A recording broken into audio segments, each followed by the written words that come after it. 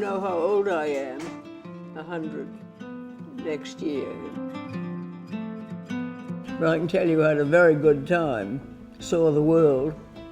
You know, I went everywhere from Sweden to Tierra del Fuego, which was exciting. I very often had a bird on my head, live bird.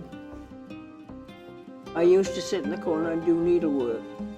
Otherwise you'd go crazy with boredom, you know, because some photographers took forever.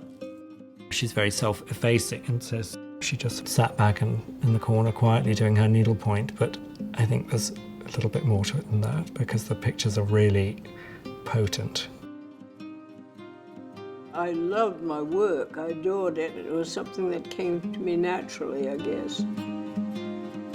I just wanted things to look very sharp and sexy, but not obvious. I loved working with all of the photographers. I just adored it. Because it was something that you did together. You explain to the photographer what the fashion is, and then you leave him alone. Because it's very deadening if you tell them what to do.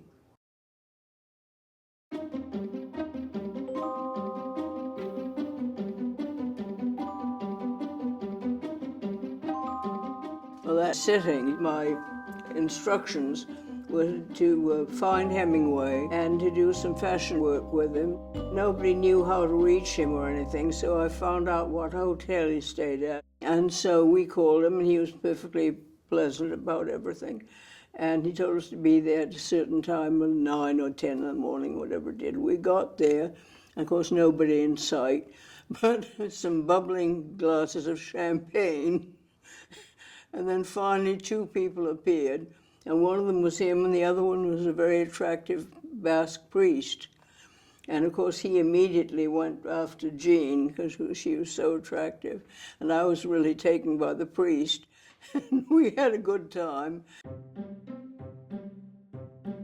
And we did the pictures and all the rest of it. And then they wanted us to go high-lie and this and that and the other thing. And we knew it was trouble, and so we just got out of there and got on the next plane as fast as we could. But we got some nice pictures, but you can see he wasn't very pretty, right? But the Basque priest was pretty cute. This is during the war in a little cafe in Peru, because we couldn't go to Europe. You know, it was cut off, so that we went to South America and the Caribbean a lot. Well, I know I shouldn't say this, but I will. What was really funny was that he hated the Baroque and all that, naturally. And so we'd just wander around looking and looking until I thought I'd go mad, until he finally found something that looked like Third Avenue. And here it is. And there's something very powerful about the pictures, and they were far from superficial.